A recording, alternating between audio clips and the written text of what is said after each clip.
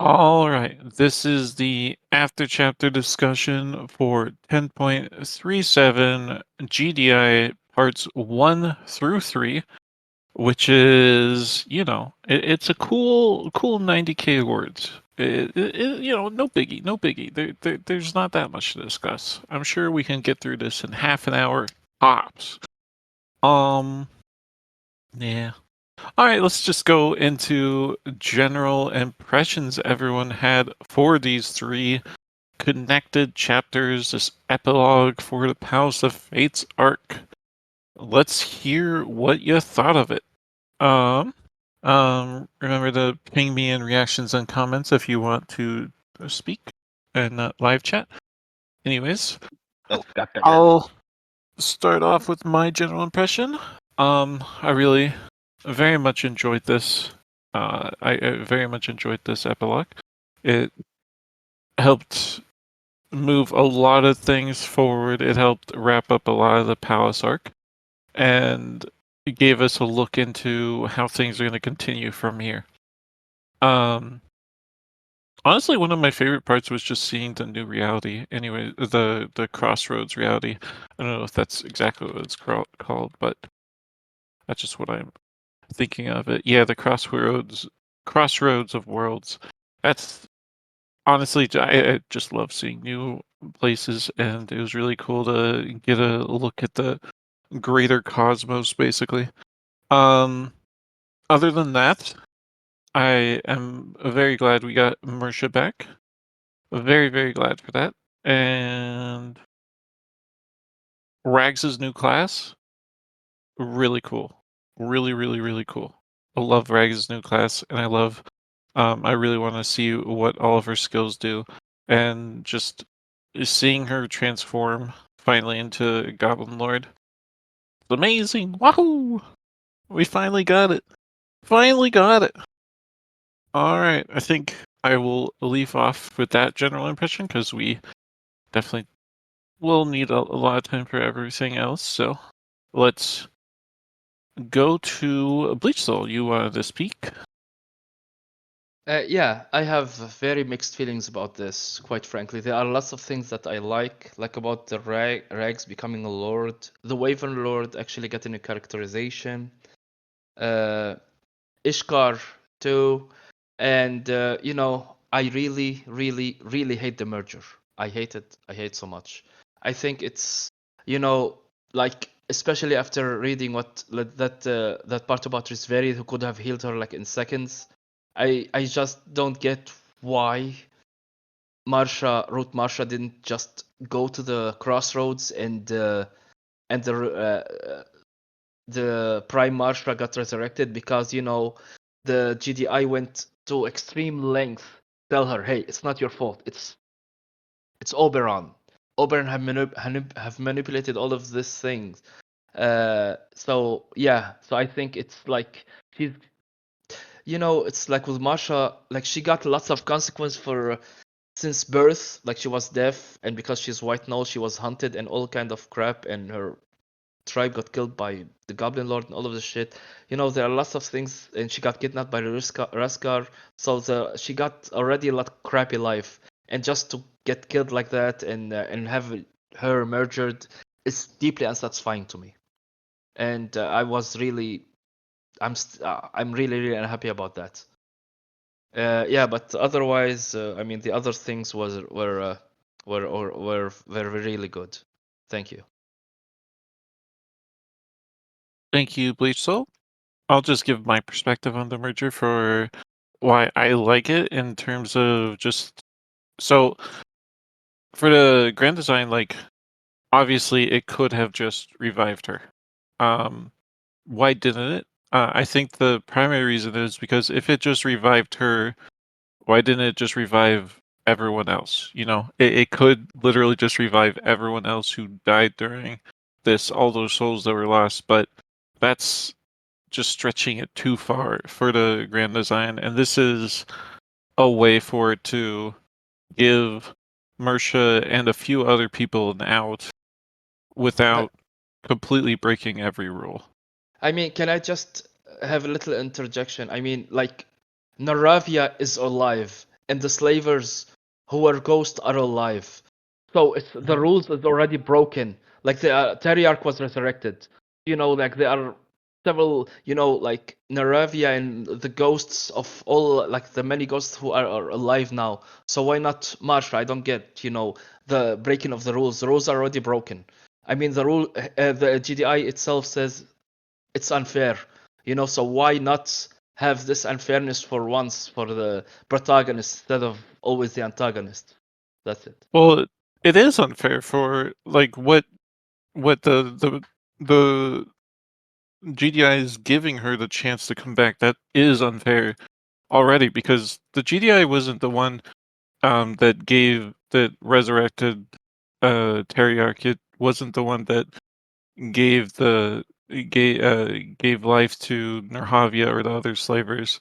That was all circumstances that the GDI did not control itself. That's not the GDI saying, "Okay, you're now back alive." That's people's actions and the consequences of their actions.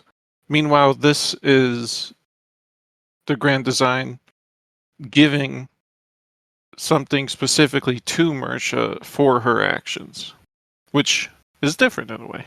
But I understand why you feel the way you do, Bleachsoul. I do. I just have a different perspective on it. That being said, let's move on to Mafia Hamster. If you want to give your general impressions. Yes, my general impressions also mixed. There are a lot of things I really did like about this chapter. Um, Especially Pirate broke me again when Misha actually come back and Lynette was just holding her. That was very powerful written. My goodness. Um,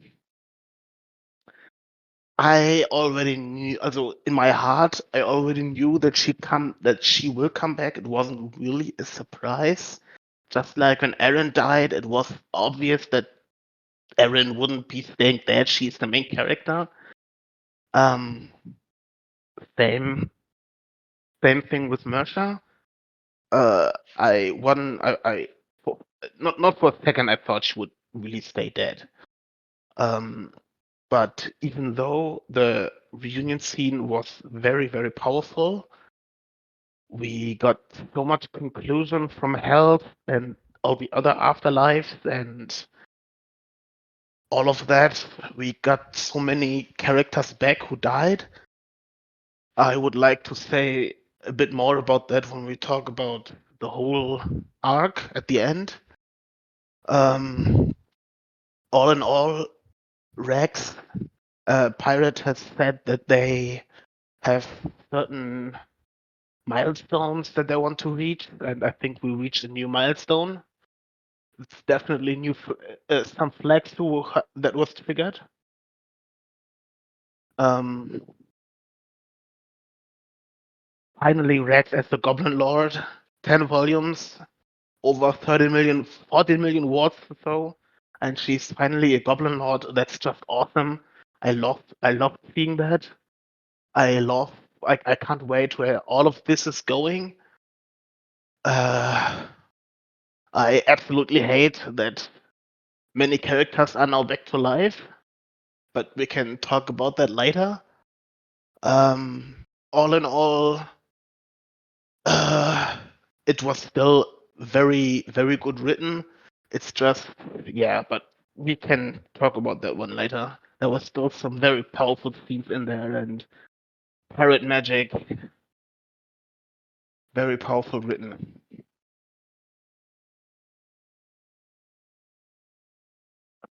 Um, yeah, I absolutely agree. There's a lot of emotional points in this chapter, and Pirate's always been excellent at writing very heavy emotional moments. Yeah, Um, in volume one, I mean, just mhm, a mother getting her daughter back, the way she acted when yeah.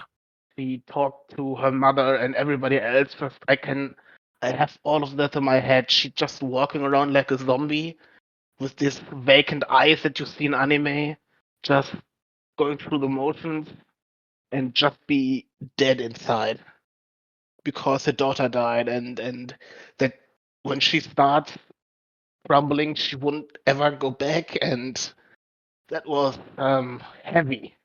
Oof. I loved reading that. That was awesome.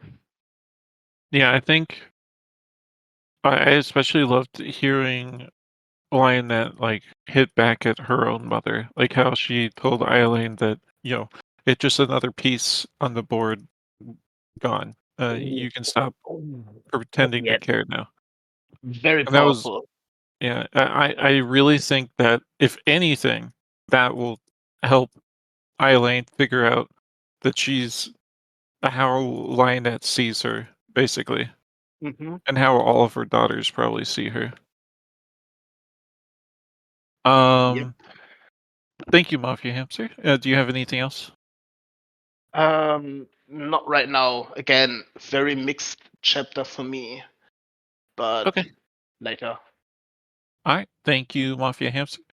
Let me just read out some of the comments. Mystical Pie says, leaving aside the issues I had with a lot of the Miller arc, which are set in stone now, I think Pabba did a pretty solid job concluding the arc. Selfishly, I didn't want our real Mersha to die, so I'm glad she's able to live on in some way. Putting aside my Mersha bias, though, I don't think I'm really a fan of the whole merge. I do recognize that it's probably the cleanest solution for the GDI and Pabba narratively to deal with all the fallout of this arc. So for me, this doesn't fall into the critique category, and instead falls into the category of story decision I didn't enjoy, but I'm ultimately fine with. Personally, I didn't care for the crossroads section, hoping we won't ever see that again. I really enjoyed everything with the Rags and Ishkur, and I'm interested to see Palace continue to self-destruct from incompetence. The Palace stuff came off as cartoonishly incompetent, but with everything going on IRL right now, it feels more believable. Yeah, all you really need to do to understand Palace's current political situation is just, you know, look at what's happening in politics today, and it kind of becomes clear that really there aren't that many competent people in Palace's um upper echelons right now. Thank you, Mystical Pie. Sidehammer says, I really enjoyed it in the end, but couldn't enjoy it until Mersha's situation was resolved. After that, I could settle down and enjoy in retrospective. Rags' new class was pretty awesome. I like how it managed to resolve, at least in part, Aaron versus the world, with Teriarch and more announcing their protection of the inn, which is largely what Aaron really couldn't do on her own. Overall, just happy that Pirate stuck to landing. Cried a lot. During Volume 8's ending, I like the very last couple of chapters of Volume 8, I was like in the same boat in terms of enjoying it, but just only until I got to the point where Aaron was actually revived. You know, it I was waiting for that moment so much that I just was like speed reading to get to it, and that applies here a lot too. Dark Time Guru says, I thought it was kind of weird how we had the whole scene with Aaron in an earlier chapter and mentions of her helping Liska hold back the Goblin King. Then in this aftermath chapter, neither Grand Design or Marcia brings her, nor does Aaron use Maphilion to contact Anne to find out who died, up, and we spend the time on some random merchant instead.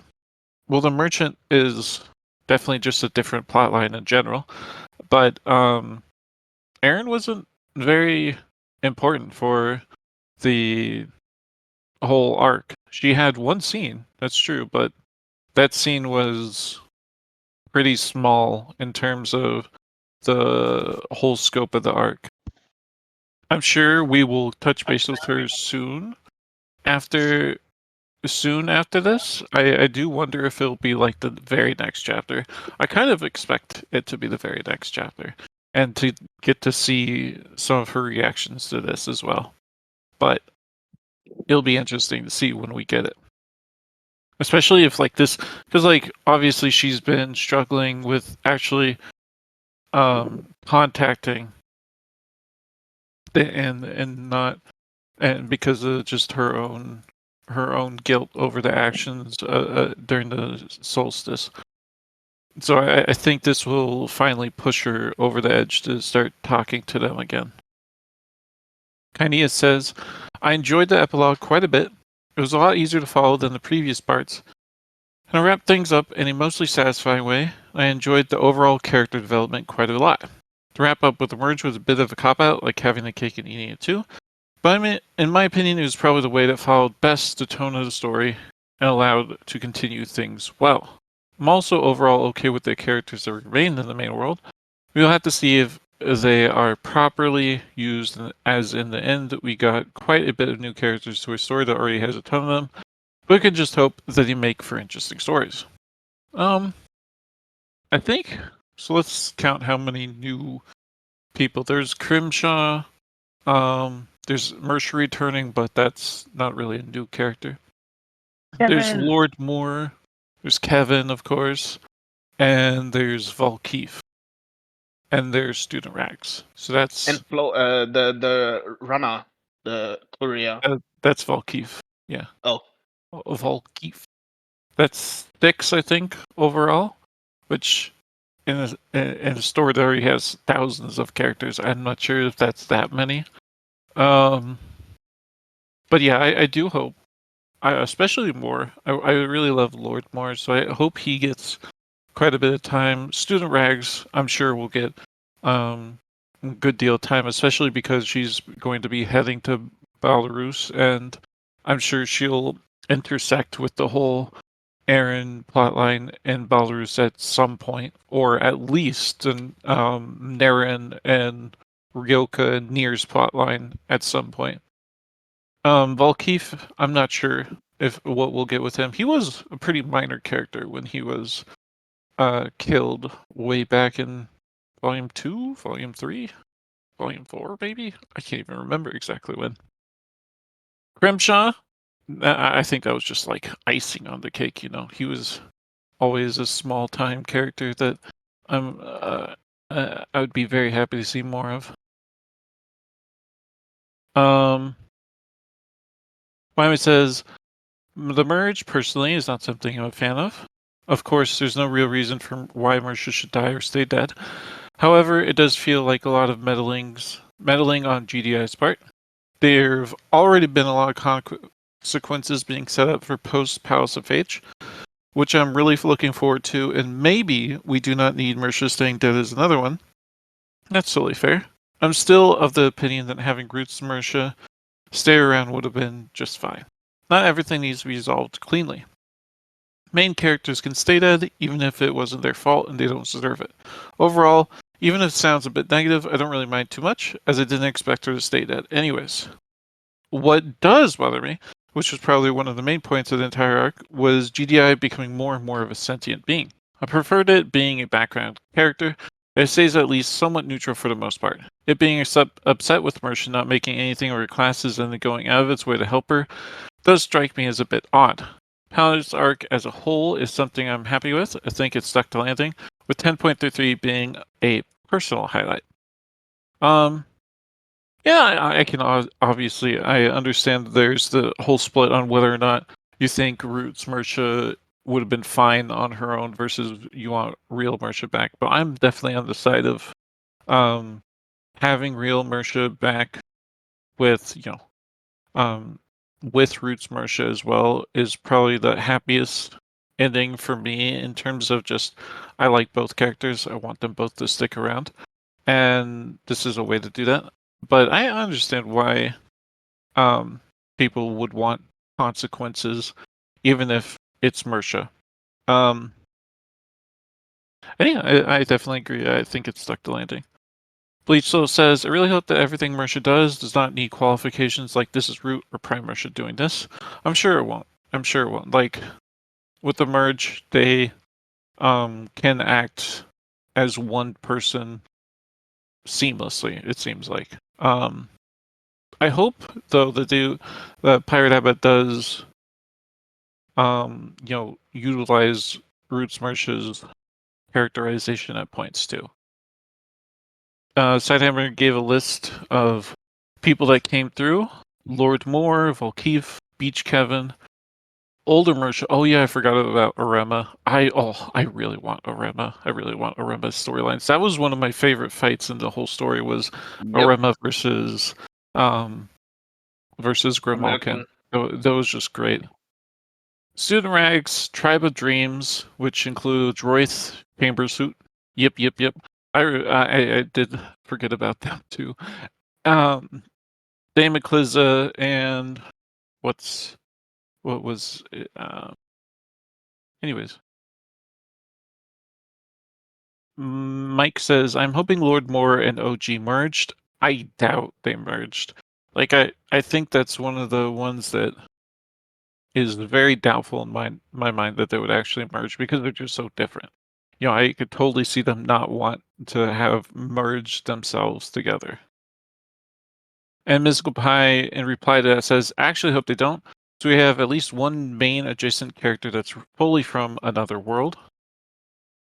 Well, I mean, Student Rags is fully from another world.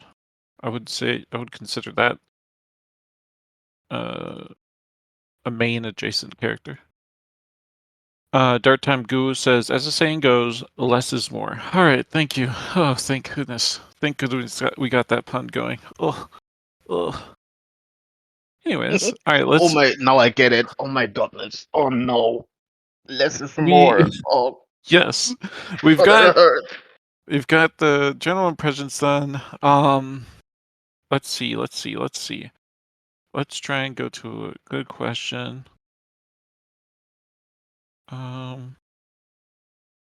There's so many of them. Here, let's go with this. Let's go with this. Oh, LFIM says, even though we have one Aaron and two imitations in the main timeline already, I wish one of the Aarons had stayed so we could have classic Aaron and her new evolution as well. All right, let's move on to some of the questions.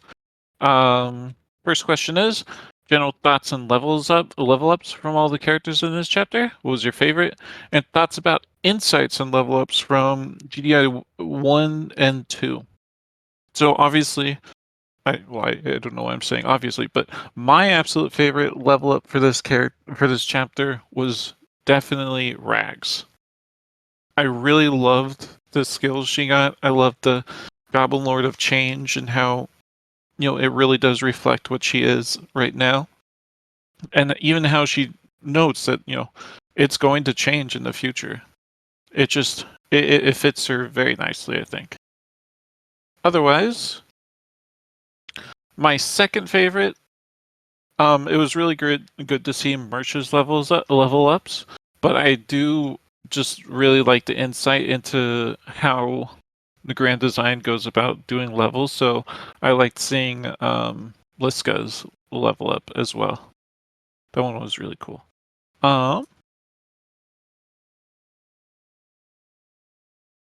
That being said, let's go to Bleach Soul. What do you think? I really like the level ups. I thought like Rex's class is like perfect fit for her. How she changed through the story, and how she talks about the cycle and want to break the cycle for goblins.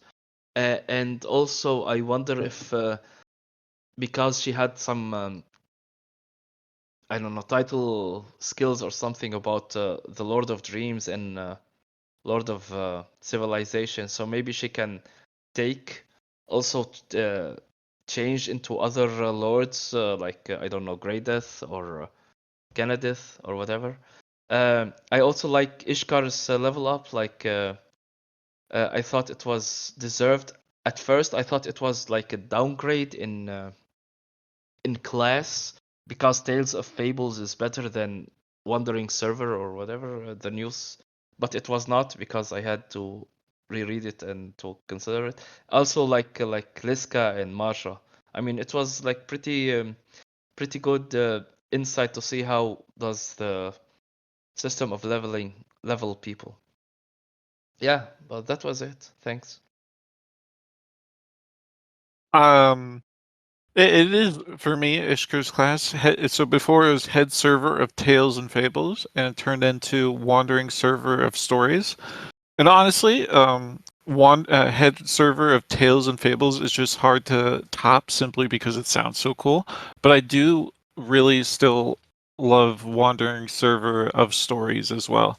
Um, Obviously, the um, the fact that he can go where he's needed, 6 locations every day, basically, that's insane. I really wonder if he like what's the range on this? Can he go to Aaron right now? Can he teleport to Aaron right this instant? I don't know. And it's going to be fascinating to see if he actually can, because that's insane.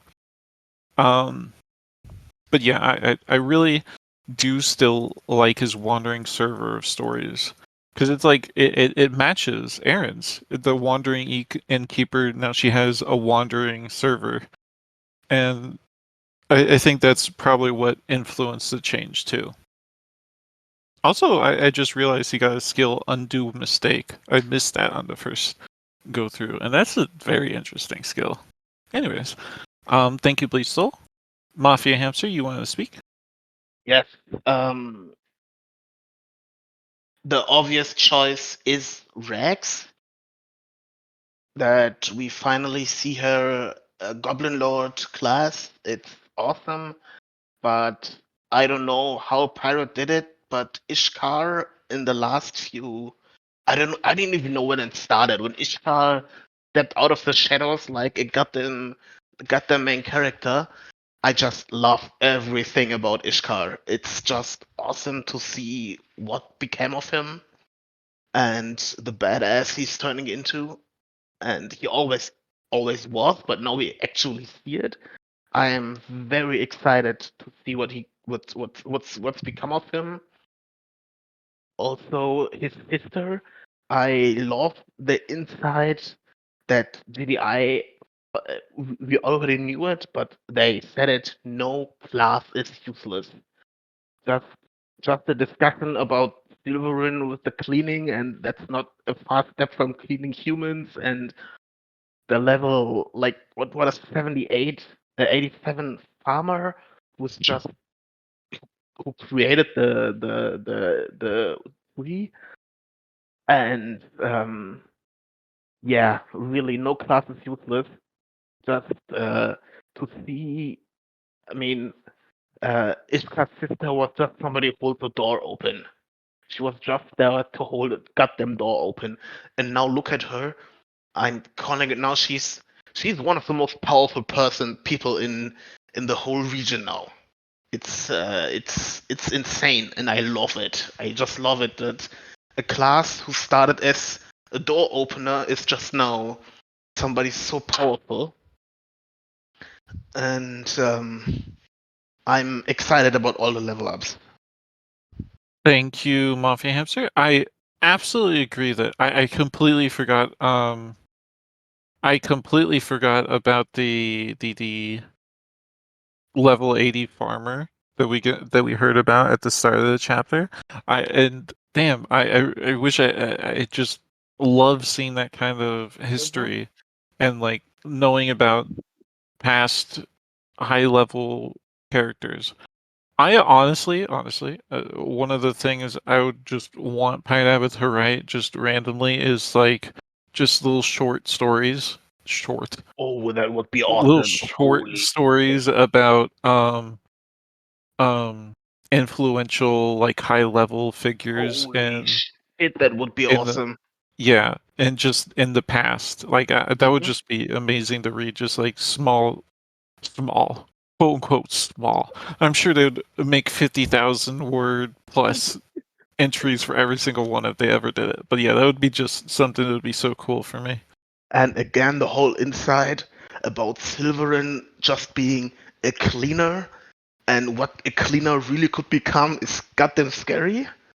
And just it started for me when Pirate introduced like a gossip class. Just imagine what a level 50 gossip could do. You know, just or level 50 layabout. It's just theorizing about this. That's why I love TWI and this level system. Yeah, it's And so fun. the idea with the short stories is amazing. All right, thank you. So thank you, Mafia Hamster. I'm gonna read out some comments now. Mystical Pie says Rags is probably my favorite character, and her becoming a Goblin Lord felt like the culmination of her arc these last 10 volumes. Even though I don't think Goblin Lord of Change sounds as cool as Civilization Says Dreams, it fits her perfectly. I kind of wonder if Pirate Eva wanted to use Goblin Lord of Dreams for Rags at one point, and just went with Change instead, and so they used Dreams here for the future. Because Goblin Lord of Dreams, I really like that one, but Civilizations, obviously, I think that doesn't fit Rags right now, but I do think it's probably the coolest of the three. Rags, Goblin Lord of Civilization just sound so cool, but I don't think it fits Rags right now. Whereas Change fits her very well. I misunderstood the question, please ignore. But also, GDI is right in not providing skill descriptions. Ishkur class. Yeah, skill descriptions. Purely from a meta perspective, Pirate is never going to want to write all those skill descriptions down. Never, ever, ever. So we're never going to get those skill descriptions to stay. And it gives us something to theorize on. Whereas with skill descriptions, kind of no theorizing going down. Mike says, I like the GDI 2 scenes for leveling. I think it's right that GDI 1 holds stuff back a bit too much. GDI 1 admitting to enjoying Courage feels like a trait left over from Iski, but also I really liked Liska's clash and Ishkur's. I want to see how he uses his teleport skill, especially with the explanation about how perspective and what you want affects how your class behaves. Bleach Soul says, undo mistake can be really broken. What kind of mistake and how big of a mistake can he undo? And can he undo other people's mistakes is one thing I would add to that question. If he can undo other people's mistakes, that would be even more insane. Sidehammer says, I can see Ishkur using undo mistake if he has a momentary bad reaction to Onyeva telling him she's also Salus. I'm not sure how that would go, but hopefully we'll see it in the future. Dark Time Go says, Ishkur undoes the elves' mistakes. Goblin King goes poof. Yes, exactly. YMA says, Ishkur doesn't have any mistakes, or doesn't make any mistakes. It's fully in character to help others with it, forsooth. Exactly. Ishkur has never made a mistake in his whole entire life. And that's the line I'm sticking to. Dirt Time Guru says, kind of wish we got Lion or Dalamont's level ups after they met Mark Quinn. I wonder what Lionette's levels are now. I think because we didn't see her, she's not 40 yet, but she's definitely just on the cusp of it.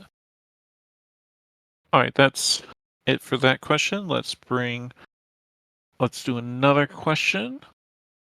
Do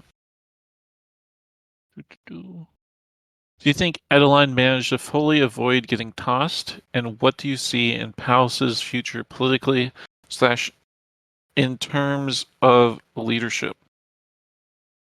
So this is one part of the chapter where it's like despair, just pure despair that we didn't get to see Adeline really get his comeuppance for being a dumbass and basically getting all of Second Army killed from his ridiculous orders. And I really hope that they managed to get rid of Adeline at some point in the near future, like from this mistake.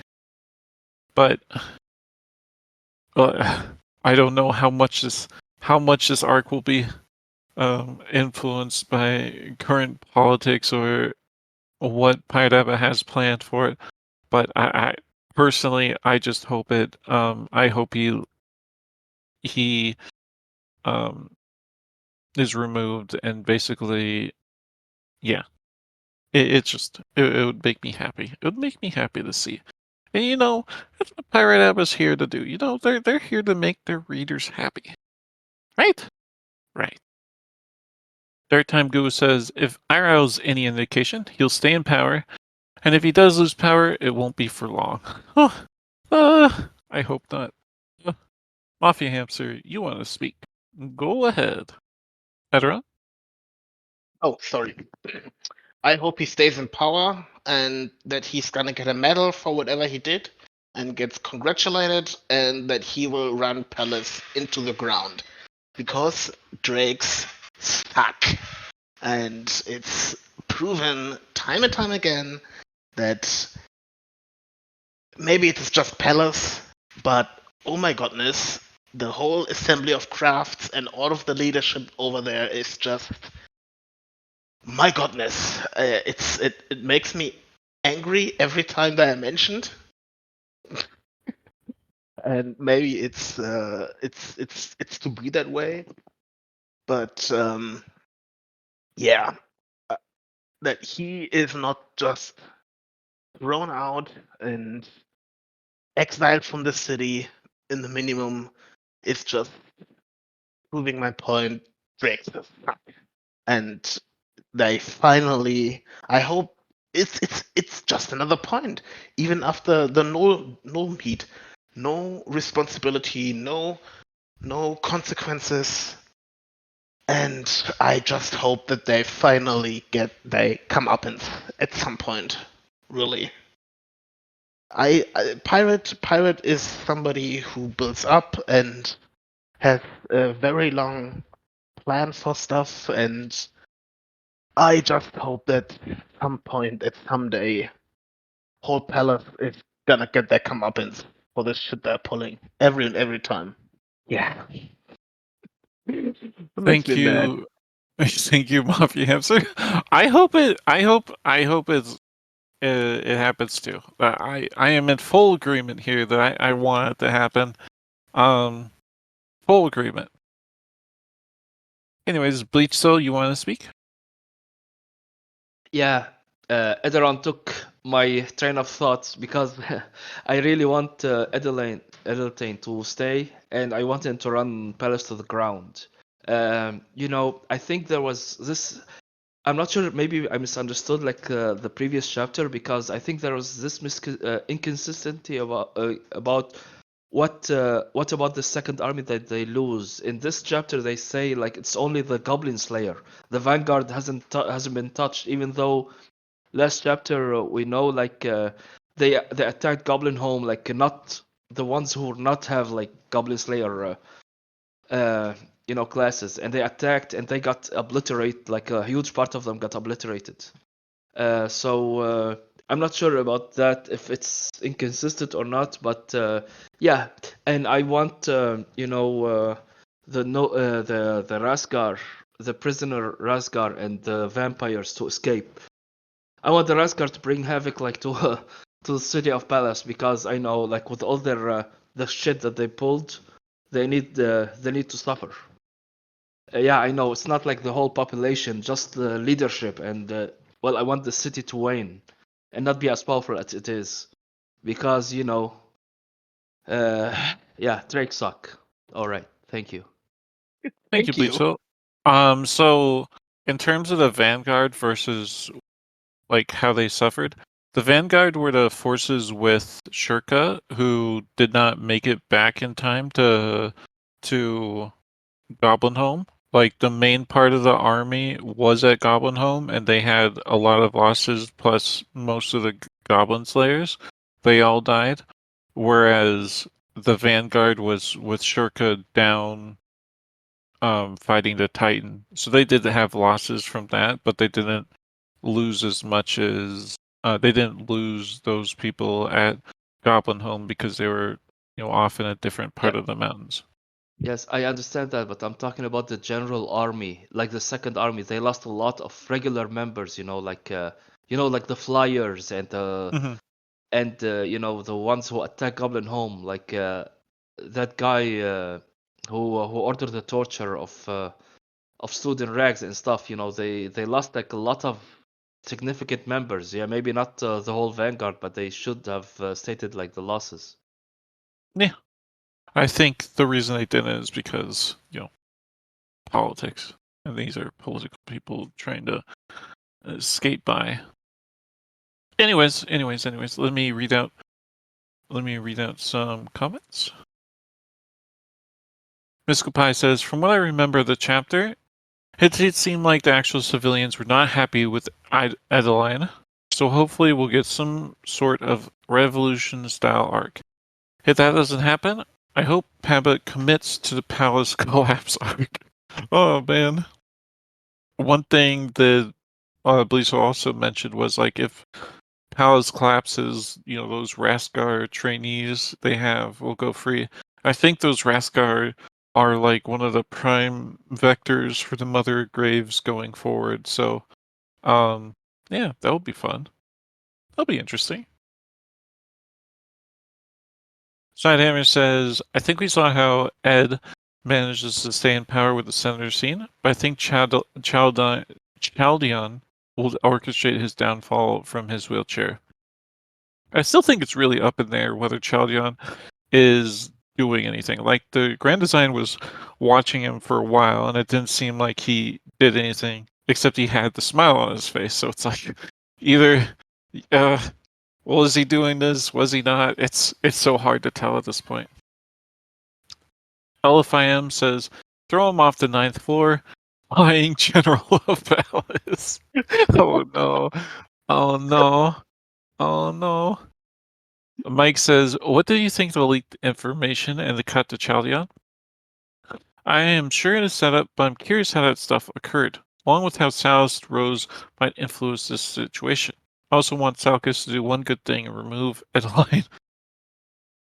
One way it could have occurred without Chalyon at all is Esor. He could have leaked that audio to try and hurt Adeline and help Shirka, because obviously Shirka would have been blamed for everything. Obviously Chalyon could have done it, but I'm not certain. I'm still very uncertain on that part. Mystical Pie says, I assume this was Esor, mainly because Chalyon doesn't seem to have the mental faculties to pull that off. And yeah, I agree with Mystical Pie. Jotham says, I think we are due for revolution in Palace. Viva la Palace. Yes, let us go. Let's do a revolution. I agree. Yep. Alright. Move on to another question. We're just gonna get through all these questions. Oh no. I thought I had a good one. Where was it? No, not this one. Let's return to something. Oh, I did have a good question. Alright. So we at the very start of the chapter we had the fairy flowers destroyed finally, from erased from in-world by the Grand Design and replaced by, who knows if they're equal of value, if they're better in value than the fairy flowers. But what did you all think about this solution, let's call it, from the Grand Design? I personally definitely am sad about it because Aaron used those flowers for 9 volumes. She used them so much for quite a while, and Mersha, she was she obviously used some too, though not as destructively until the Palace arc. But yeah, they're just such a big part of early Aaron shenanigans. It's very sad for me to see them gone. But at the same time, we've seen what they can do. We've seen how they can be utilized to basically break every single rule ever.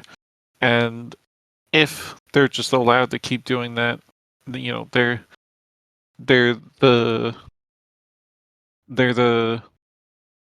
constantly reoccurring rabbit in the hat trick. You can pull out whatever you want from the hat with the flowers. So I do think it was necessary to get rid of them.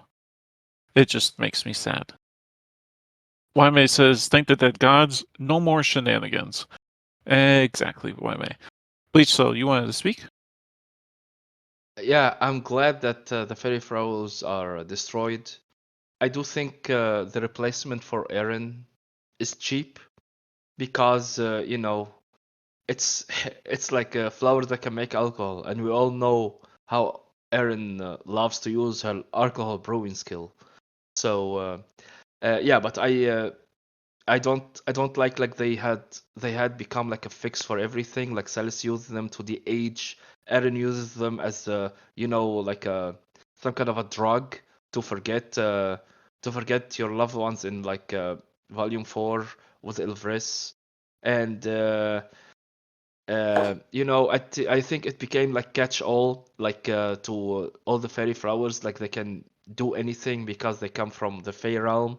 And and it's good for Apistas. She's not addicted to to the nectar and stuff. So yeah, I think it's a positive thing that the fairy flowers have been destroyed for the story. So no more convenient solutions. Thank you. Thank you, Bleach Soul. Mafia Hamster, you want to speak as well? I also agree that it's a good thing that they are gone. Kind of sad, like you, because they were apart from Volume 1 since the banquet of poison and sweetness that Aaron did for the Fae. Just still, that chapter it's been years at this point, but they're still stuck in my head. How the Fae drank poison and it was lovely, and they got the flowers and Aaron just used them, and it's sad that they are gone. But yeah, the flowers were uh, a crutch, and I loved how Dallas basically summed it up. Yeah, you know what? It's okay that they're gone. Time to level again. Not to rely on this. Time to turn on your brain again and not just use a crutch, but actually do your job, do your stuff. And mushrooms instead of flowers for um, the Minotaur Punch. I yeah, whatever. It's had to be something. And but all in all, I'm glad they're gone. Yeah. All right, thank you. Edoron, let's move to some comments. Mystical Pie says, "I'm happy with this mainly because it didn't really feel like the story had space to properly deal with the side effects and mass societal chaos they would cause if they stayed in the story. Their effect on addicts and use as a cure for their dysphoria would have just been the beginning. Especially what they were used for in this arc, it's good they're gone. I'm ambivalent about the replacements. It would have been funnier if they all just got burned. It would be funny, but it'd be a bit cruel on the Grand Design's part. A bit cruel there. LFIM says, how I feel depends on the value of what Aaron was given in exchange. She earned those flowers through a great deed, but it seems like she was given less than everyone else who had them, and that bothers me. Well, Aaron isn't really there, so I wonder how long it'll be until we get a look into these replacements that she got. Airtime Guru says, I guess we'll find out how Paba bakes bread without flour. Again, thank you Oh so my much. Thank goodness. you so much for this wonderful, wonderful pun. Oh, it hurts. Bleedsel says Aaron should have gotten magical flowers. Mayhaps. Why not magic mushrooms? Oh, so many magic mushrooms. All right, I think that's it for that question. Let's do let's do this one. Ernalio says, I wonder if Oberon will do something else for him to meddle in Endworld. I think Oberon is gonna take a step back for now. Though there are the remaining Fae in Belarus still, so he could be meddling there. In the Shastrel and her Unseen gang. Kingdom. They have a territory there. Alright. Next question. The merge. How do you feel? What do you think this will mean for Mersha moving forwards, Kevin too, and all the other characters that could have possibly merged? Obviously we didn't see all of them. We only saw a few that definitely did merge, like Kevin and Mersha. But there's the possibility for more to have merged as well, at the very least. Student rags and normal rags obviously didn't merge. I do very much wonder what student rags is going to be called from now on. I hope it's not just student rags forever, but she'll have to find a new name, I think. I honestly, I like, as I previously stated, I like the merge concept for Mersha. I think it's a good way to bring her back while keeping Roots Mersha around without just having two different Mershas all the time. And it does leave the option up in there for them to be separate while still being the same. So yeah, I do definitely like it. I'm excited to see Lord Moore and Kevin again. I'm also pretty excited to see Crimshaw as well. Crimshaw was one of those really sad deaths that he never really got time to shine as much as I wanted him to, and now hopefully we get some more time with him. Otherwise, let's hear from you, Mafia Hamster. Oh my god, it's hard. Again, we'll talk about this later, I think. But all in all, I am not really a fan of the merger because it's too much of eating your cake and still having it. I don't like when characters come back, period. Either Mersha shouldn't have died in the first place, or she should have just gotten brought back, and Ruth Mersha should have not been there. The whole merger thing, it's it's brought us back Kevin, and I love Kevin. He's an awesome character, and that's why his death was so much harder. And now he's back. But like all in, oh my god, it's hard to split this up. Um, all in all, I'm not really a fan of the merger. No, really. Uh, because I mean, Mersha and Roots Mersha, they are kind of different, but like really not really different. I mean, they have experience differences from like a few weeks, maybe, or days, hours. I don't even know how long all of this arc went. And uh, all in all, yeah, nah, no, I'm done with that. It's for me, it's Mersha and not Roots Mersha. I don't really like it. All right, thank you, Mafia Hamster. And yeah, it definitely can be viewed as having your cake and eating it too, simply because Mercia died and then was brought back a couple of chapters later, which you know that is obviously it's up to how you personally feel about death in stories, whether or not you like that or not. But in this particular case, it's Mercia for me. Like, and even in that scene where Mercia died, it was very clear that she would not stay dead. Like, there was no chance that she was staying dead because the Grand Design came and picked her up. So it was always seeded for me that it was like, okay, so she's going to come back in some way. So that that helps me just like think, okay, so how exactly is that gonna do? How exactly is that gonna be done? And that definitely affects it, but also it's just like for Mercia in particular, I don't think death suited her ending here. Anyways, Bleach Soul, you were up next. Yeah, I hate the merger. I said it before. I don't believe like the merger was a solution.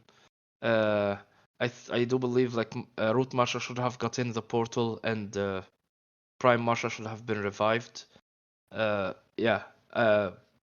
Yeah. I just don't like it. I don't like it like she has like split personality into what's next. Like every decision she's gonna make, she's gonna argue with herself about is this the right thing or not. It's gonna be like I don't know. It's quite gonna be a hassle to read, or maybe unenjoyable to read, at least for me. Uh, yeah. So I really don't like it. And with regards to, yeah, the thing with Kevin and Moore, I mourned them, and now they're back. I don't know. Uh, it feels like I don't know. It feels like it doesn't feel well. I mean, yeah, I like Moore and Kevin a lot, but I mean they died and they were mourned, and now we moved on, and now they're back. So I don't know. It feels like they're zombies now out of the the grounds. Yeah, I mean like they're back, but yeah, and I wonder if Moore will lose his lordship because he's not a lord in Lescore. Lescore doesn't have any lords, so yeah, Hey, it's a that's junior it. guardsman now. It's an upgrade from lord What? to junior guardsman. Yeah, that's an upgrade. Yeah, but that's how I feel about it. I don't like it at all. Thank you, Bleach Soul. Mystical Pie says, like I said, I think it's a clean solution. I'm glad it lets our Mercia live on, but I don't really want any of the other characters to merge. Roots Mercia and Prime Mercia were similar enough that it's believable to me if they end up being relatively similar to the Mercia we knew after going through this arc. Every other character is completely different though, and I'm not a fan of the fact that, for the most part, the consequences is bringing back dead characters. Let the dead lie. Moore and Kevin's deaths probably hit me the hardest, so the fact that they're already back in a way has retroactively reduced my enjoyment of the Solstice arc. Definitely would have preferred if Mercia never died, and if all the clones that didn't go to the crossroads either stayed alive or got nuked. I recognize there need to be consequences though, so it's hard. At least for Moore, he's so different than the Moore of our timeline that it's like it's In very another different for character. me. It's just like very, very different for me. Kevin, that's different. It's clear that he did more emerge, and so that is um, more fair, fair of a comparison in my mind. Mike says, personally, I thought Vampsha was a better solution, but I was pro merger. I am glad more than one person merged though. I was thinking earlier about Necret because of the mention of Torin. Might have been offered it, which feels far fetched, but eh. Um, I'm a bit confused on the Necret mention because Necret and Torin are like just two completely separate people. I also don't know what Vampsha is. Anyways, Sidehammer says, Pirate keeps kicking the Mersha. Stop. Stop kicking the Mersha. Mersha no die in Holloway alone. No. Bad. Stop kicking the Mersha. Leave her alone. Mersha having nightmares of starving, dying for the rest of her life. No. Bad. Leave the Mersha alone. Since Moore's death, I had been wondering what the narrative purpose of his death had been, but if Pirate had this waiting off in the wing, I can accept it more. I guess the same thing happened with Kevin, which I have more complicated feelings about. But I do like Kevin, and he's on a mission to fuck shit up going forward. So I think I'm for it. I wonder if they'll both still keep appearing to Aaron, or if all that was truly in her head after all. P.S. Level 70 Martian at Crossroads putting Nerhavia in her place was peak. Chef's kiss. That's certainly an interesting Marcia in the Crossroads. The thing that's interesting me the most about Kevin is, he obviously is going to go after Rochelle now. Like, I think that's going to be part of his whole goal in life, and I'm here for that. I'm definitely here for that. Ania says, I'm okay with the merge. A bit too clean a solution, but is a decent way to continue. The fault is in that, and then there were no major negative consequences to the arc for now, but that could change later. About the characters, especially Marsh and Kevin, I'll be expecting more of them in the future arcs. They had their development, and now I hope that they will show it in future arcs. One note from myself on that is just about how there's no major negative consequences to the arc. I think that's a good thing. We've had a lot of major negative consequences to a lot of arcs running up till now. Just look at Volume 9's finale. There was a lot of major negative consequences to that. And so having the very next major arc have fewer to no big, huge negative consequences for everyone, I think I'm very fine with that. It's like sometimes you need the arc to end without everyone getting 20 new scars and 3 people dying. I'm okay with that. Oh my god. Val Thurain says, I had hoped for sorry. I had hoped for that solution from the beginning. I love that Kevin is back, and I can't wait to see Saria and Fiddlehab's reaction to the news. Death being overturned is fine for me. If the villains can cheat, then let the heroes do the same. Bleachso said, will Kevin join Goblin Home? No idea. Maybe. And Arunoyu says, I think evil Saria from the future world escaped, though just a theory, and will serve as an example for Saria to get off the relic path, and also a villain for the Horns. I think they definitely would have refused the merge. Oh yeah. Regardless if normal Saria would have wanted it, she wouldn't have. Future Saria would have never ever merged in 100 years. No way would she do that. Start Time Guru says Rocky lost his class, which technically speaking is a major loss. So many puns today. Thank you. Mafia Hamster, you wanted to speak? Yeah, I wanted to react to what you said about no negative consequences for this arc. That they doesn't have to be, and I agree. The problem is that what happened is so huge that it feels like more of an end of volume arc or end of volume happening, because that was another cataclysmic event that happens. And I agree that they don't have to be negative consequences all the time, but what happens is so huge that there are really it's hard for me to describe, that they are no negative consequences about what happened after that is not okay, in my opinion. It didn't have to be that of a cataclysmic event, and if then there were no negative consequences, I would be totally fine with that. But for fuck's sake, they brought a goblin lord into the world. into in-world and wiped out an army and so much stuff happened, and to be like, yeah, okay, Teriak is protecting the inn now, and everybody is forgiven, and we will see. We don't know what's happened in the future, of course, but honestly, if I were the rest of the world, I would wipe that inn from the face of the planet right now, no matter what. They brought a fucking Goblin Lord back. That's not a small thing. That's way too huge for to be like shrugged off. But that's my opinion. And yeah, I don't know.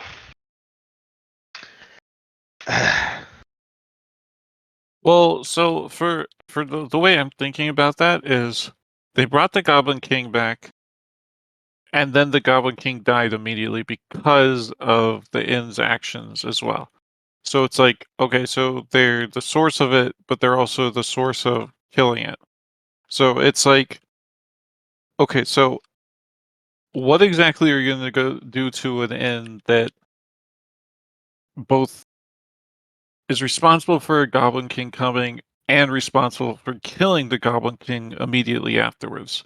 How are like what can you actually do, especially because they were bombarding the inn during the whole Goblin King coming, That's true. and they were rebuffed and retaliated against as well.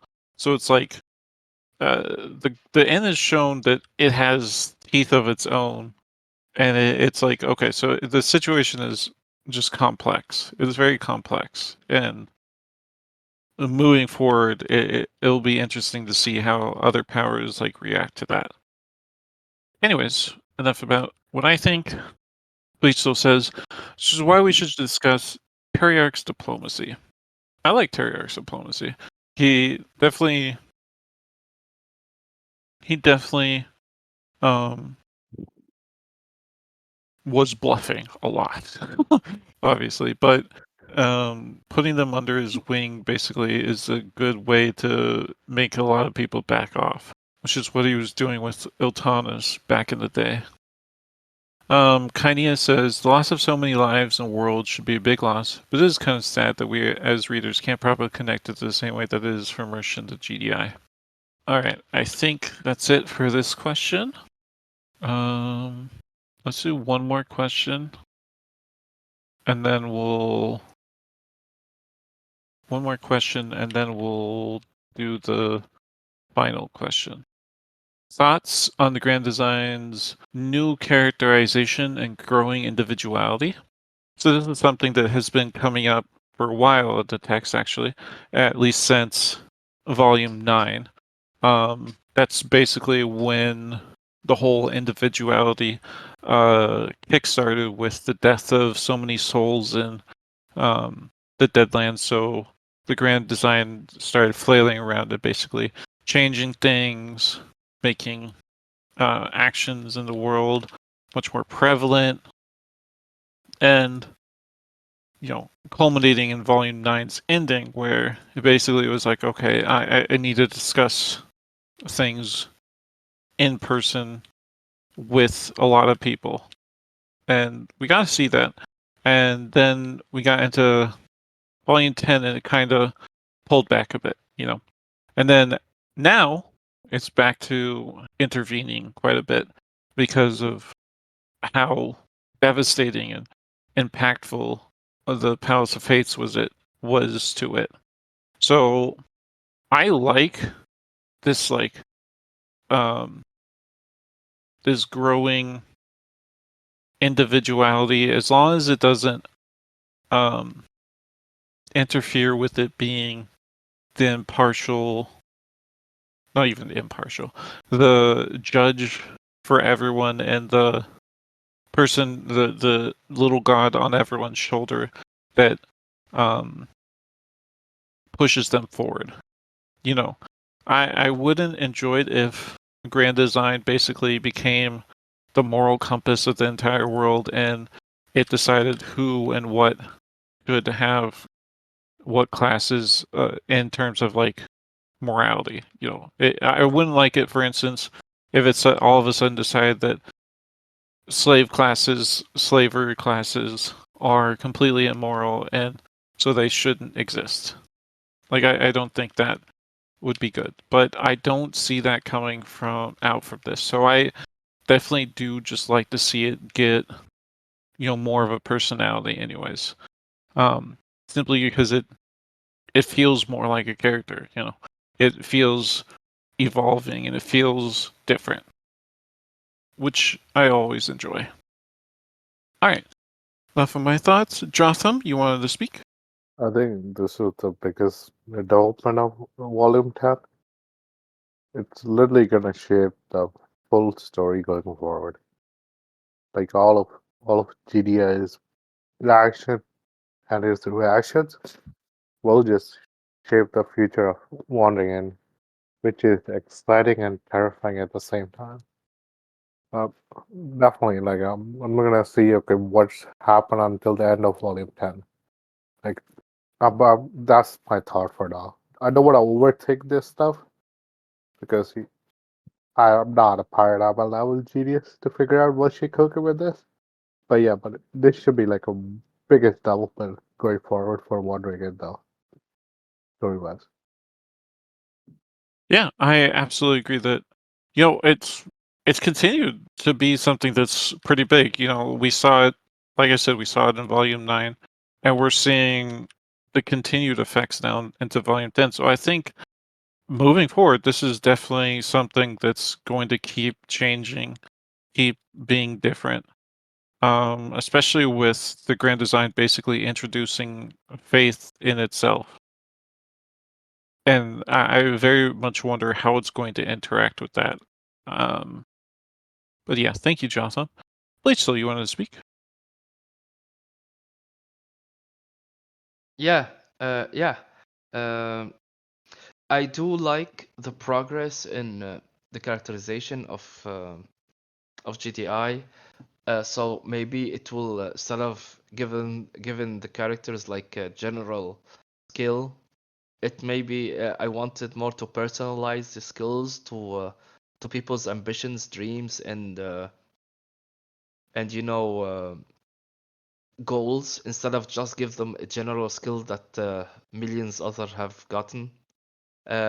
Also, I would have liked the descriptions, but alas, I mean, the thing that I'm not really fond of is it like preaching now? They want GDI wants people to worship it, or her, him, whatever.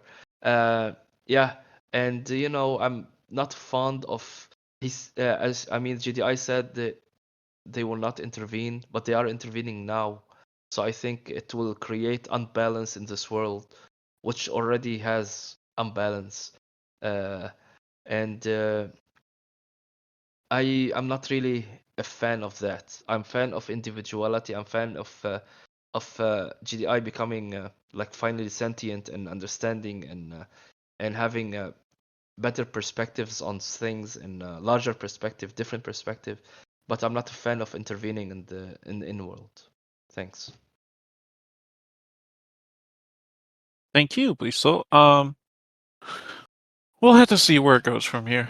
There's a lot of ways it could turn out, but you know, I do expect some more interventions, but probably not anything more this volume. I would, because like the way I'm viewing this is a different structure to the volume. I don't think it's going to end. The volume is going to end with some giant arc this time. You know, this was the big arc for volume 10, and it'll be a of slower, more interpersonal drama type volume here on in. But yeah, I think down the line we'll continue to see some more intervention, but how that's going to play out, it's always going to be different than what we expect, you know. Mafia Hamster, you want to speak? Yeah, I'm kind of excited. Yeah, there are a lot of emotions when it comes to GDI. I love how the system becomes more of a character now. Again, like what Bleach Soul said is amazing to see. Um, but it's a bit scary because now all I'm gonna think about is, yeah, if something happens, why didn't GDI do something? Why didn't GDI do something it already did once? And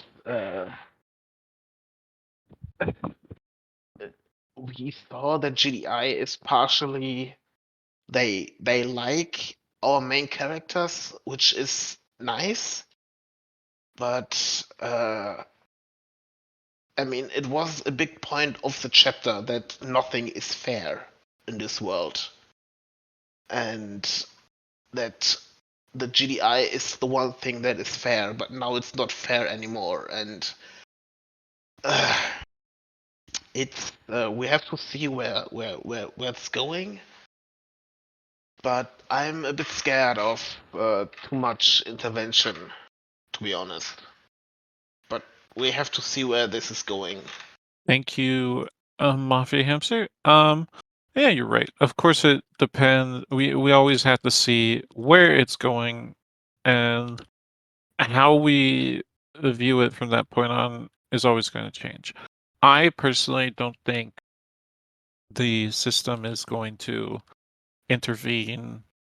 Like the point it was making with the fairness thing is that it's always not actually been fair, and that's pretty true. Like even in just seeing how some classes get more than other classes, that's an inherent unfairness in the system where royalty classes were programmed quite a bit by Tamroth to be more powerful than every other class, and that's just unfair. There's no getting around that.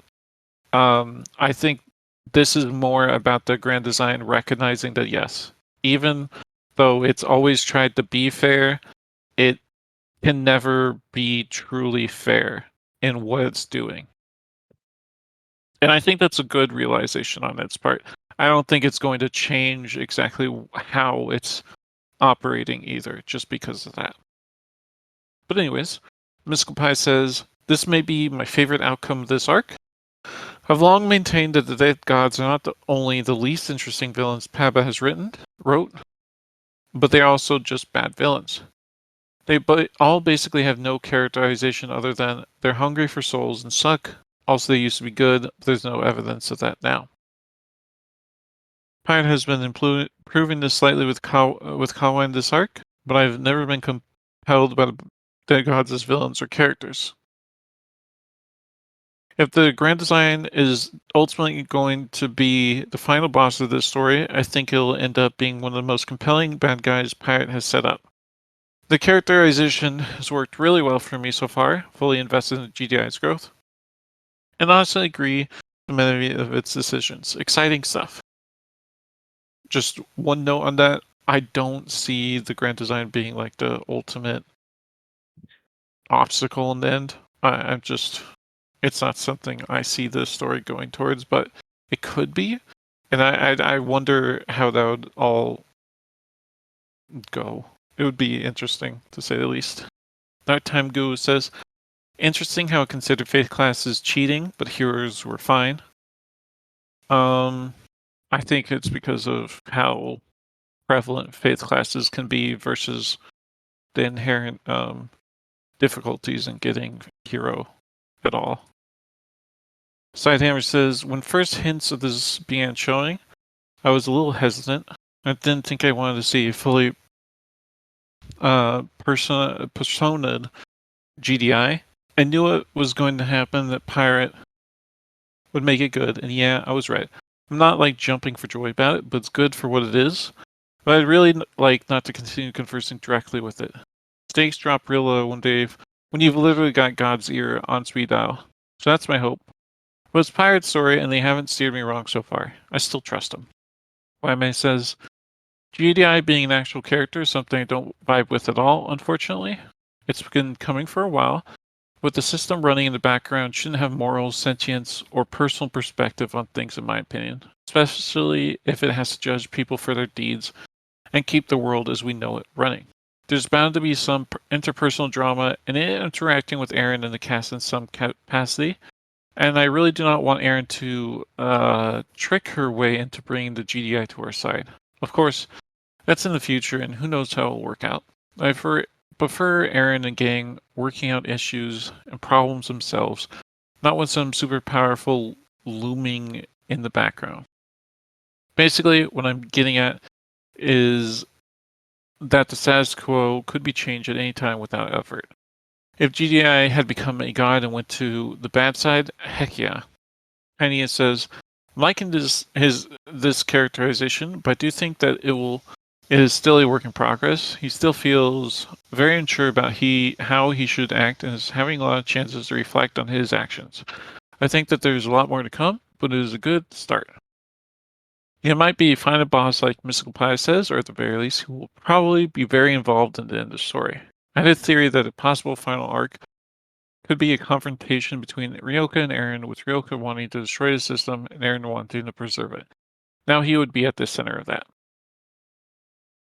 Third time Guru says, it's a shame we didn't get Marcia the Great and Administerial.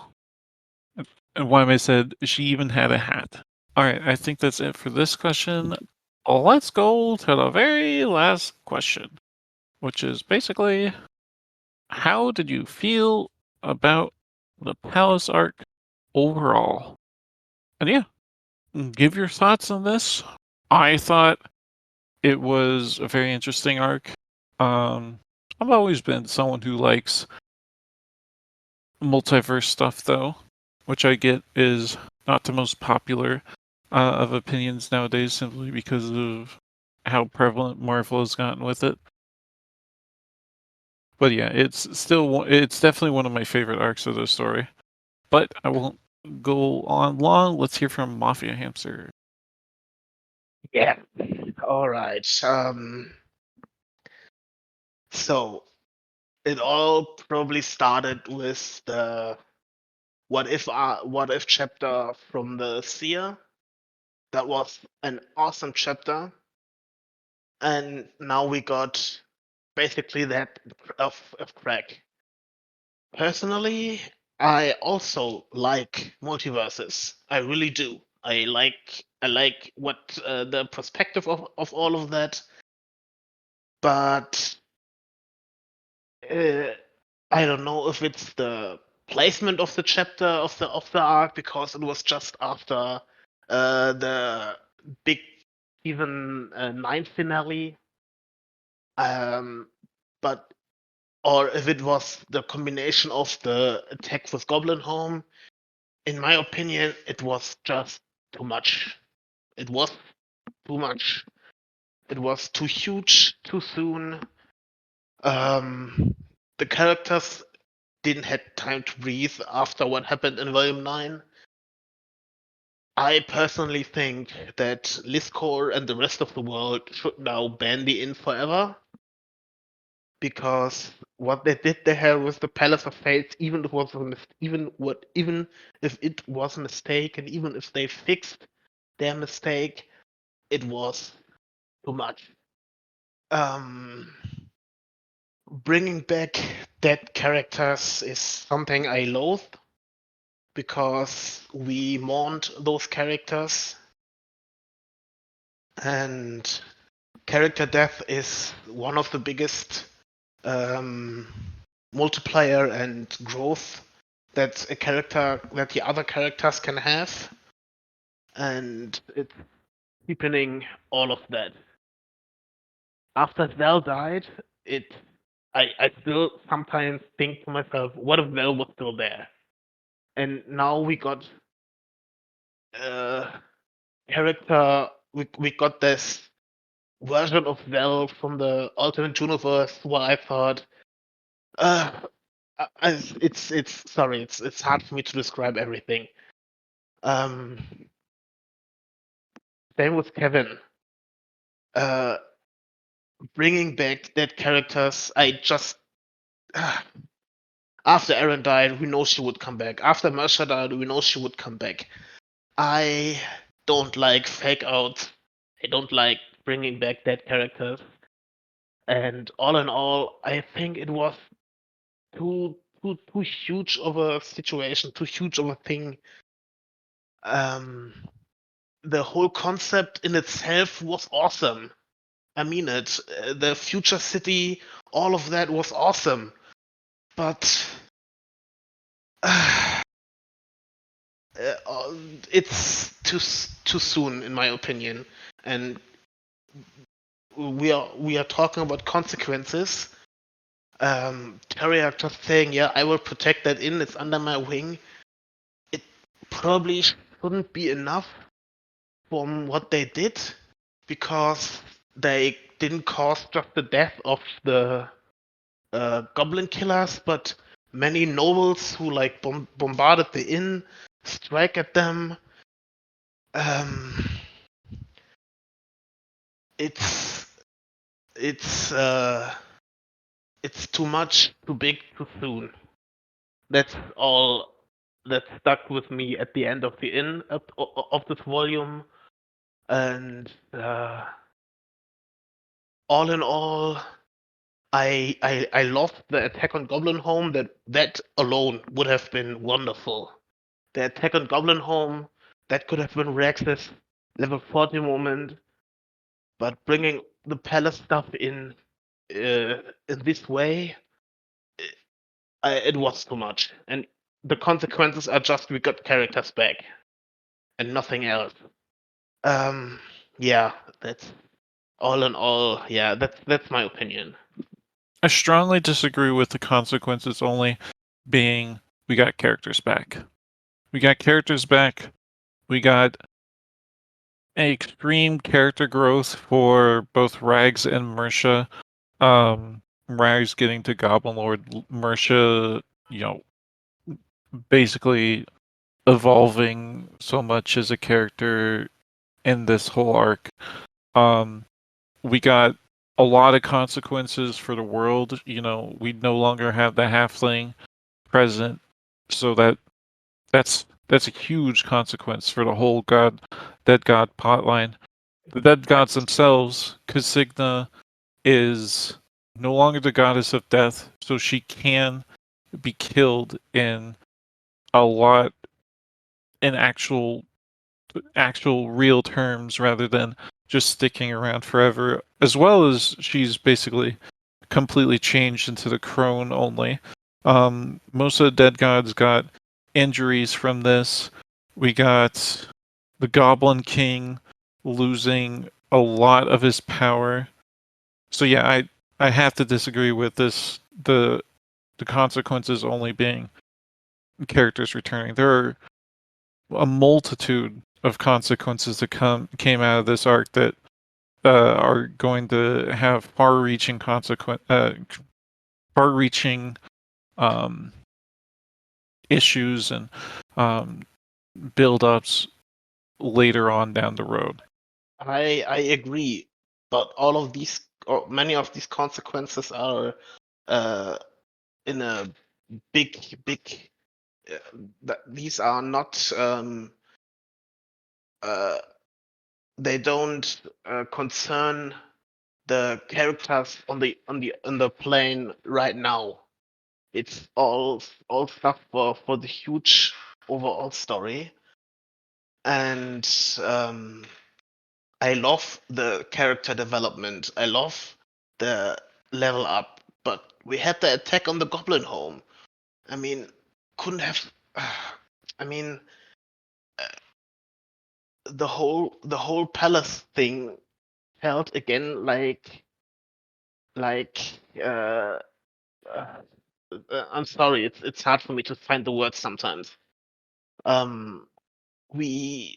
consequences of that are too small for what to the cost that they paid was too small for what the characters have done. I don't know. I don't know how else to describe it. My goodness, English.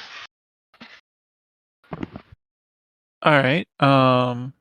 Thank you, Mafia Hamster. Jotham says a roller coaster. Simple, one-word answer to the how you feel about the arc, but that's just kind of that wraps it up. That wraps it up. Bleach Soul, you wanted to speak?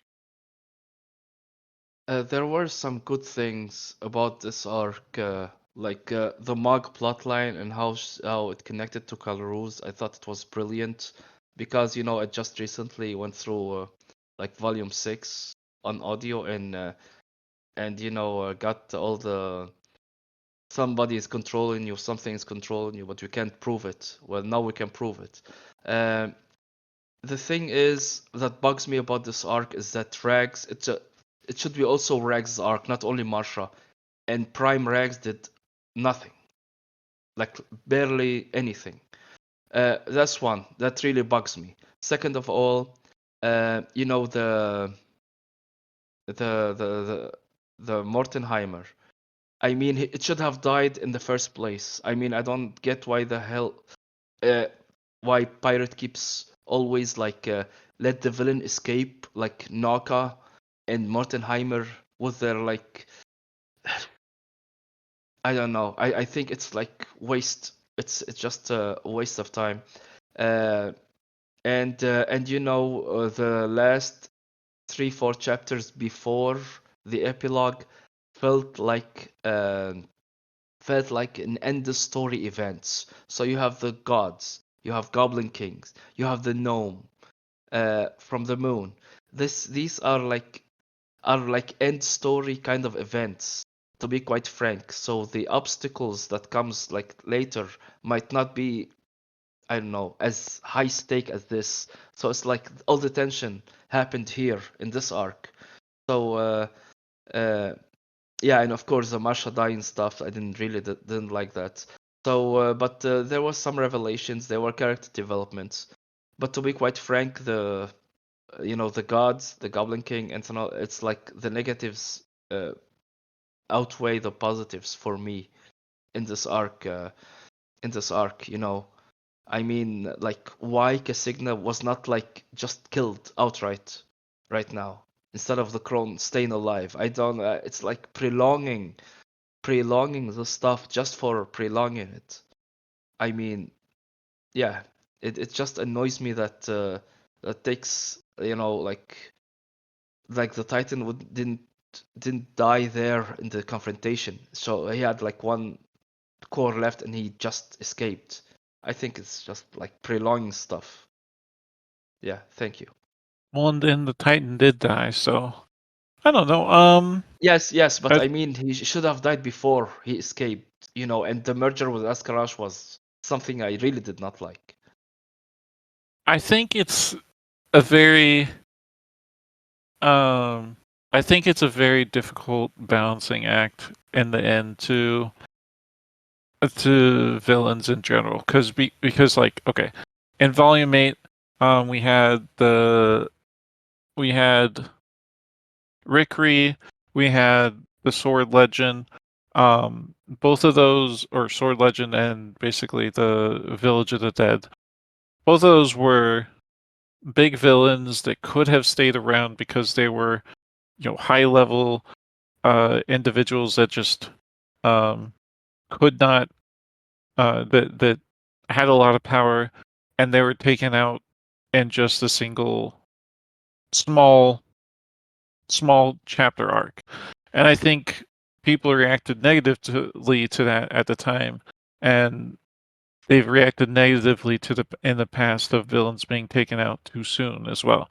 So I think it's a very difficult question on how long a villain can really last without dying, or how long they need to last. And there's not very many villains in TWI pre Volume 9, as in long lasting ones. And so I do think Pineapp has changed course in Volume 9 to have more long lasting villains. And this is like a consequence of that. But anyways, What about Heart Fund. What about the Go ahead. gods and Goblin King? What do you think about that? And is Well, the that like Goblin an King was end of story event?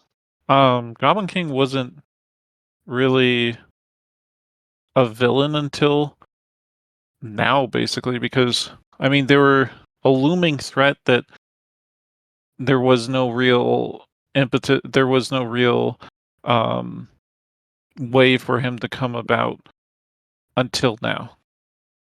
The dead gods, I view them as basically the main villains of the story, so they're going to keep recurring until they're defeated once and for all. Like that's just their role. Like they have to keep reoccurring and they have to keep coming back and losing and winning and everything in between. But yeah, let's move on to some other people's thoughts. Mystical Pie says, I'm incredibly mixed. I really enjoyed the beginning of the arc. When it was Goblin Days / Roots chapters, the palace was just being used to explore possibilities. I think I remember saying at one of those back then that this was shaping up to be one of my all-time favorite TWI arcs. This instant we started entering other worlds, though, things started going downhill for me, and I enjoyed our less and less as we got more crazy multiverse stuff. I just wasn't able to get invested in any of the alters or alternate universes, and in many cases, they felt like they cheapened existing elements of the story.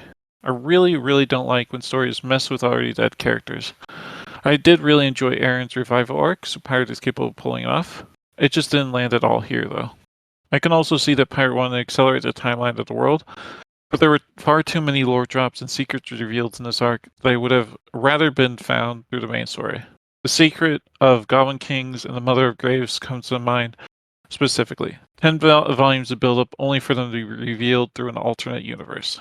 There was just way too much going on in this arc, in my opinion. I do think Pirate managed to pull off a solid ending giving all of that, though. I really did enjoy Marcia's growth. Sidehammer says, the Palace arc went hard and went crazy. A lot of cool stuff happened. Some amazing branches were explored. I've said before that I didn't need for this part of the story to go so hard, and I'll stand by that. Still a very successful arc. It ultimately ended positively, in my opinion. It ultimately scared off a lot of the heat Aaron had brought down on her taking Great Ass hand. Oh, and getting the Mother Graves revealed was pretty crazy. Adia says, there's some awkwardness of some places of it. I think it went a bit too long. Some parts were too chaotic, and the scope got too big. But my overall feel is positive. Thinking back on it, I had a good time on most of it, and especially there was a lot of good character development. There's still a lot of consequences to see, both because of the new characters and because of how global the event became. So some things could change in the future, but overall, I liked the arc quite a bit.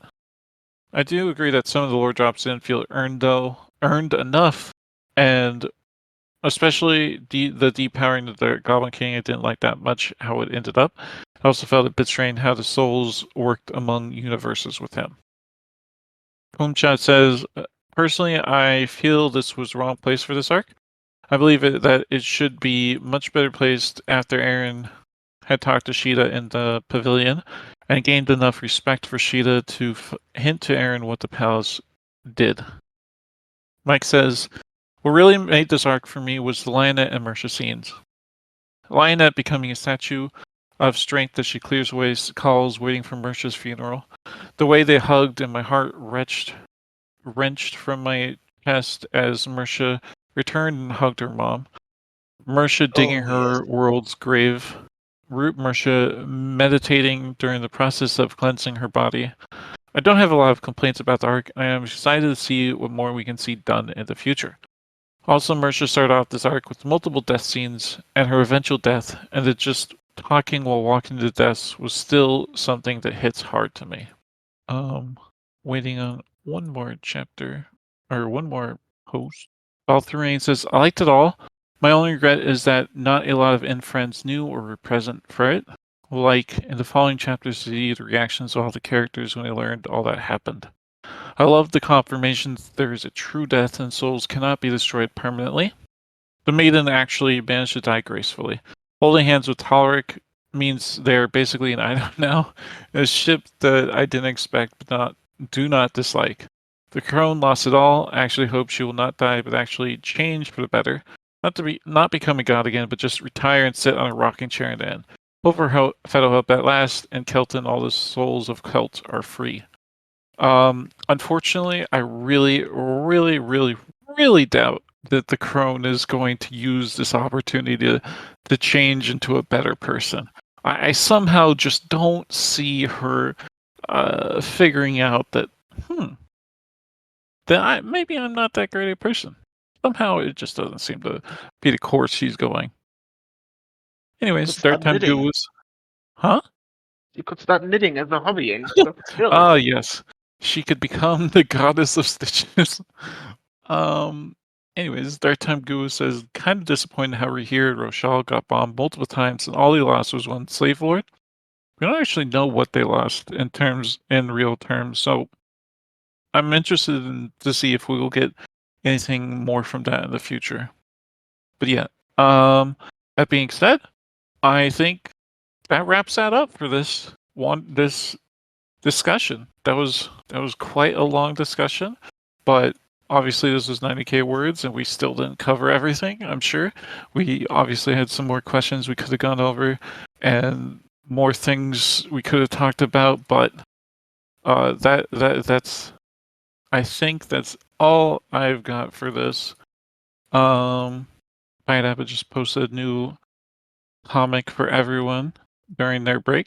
So if you guys want to go read a nice little Tales of In-World comic, you can go look at it. I love these little Tales of In-World as well. They're such cute little comics, and they're just really fun to see, like visualizations of all these places. But anyways, that's it for this after chapter discussion.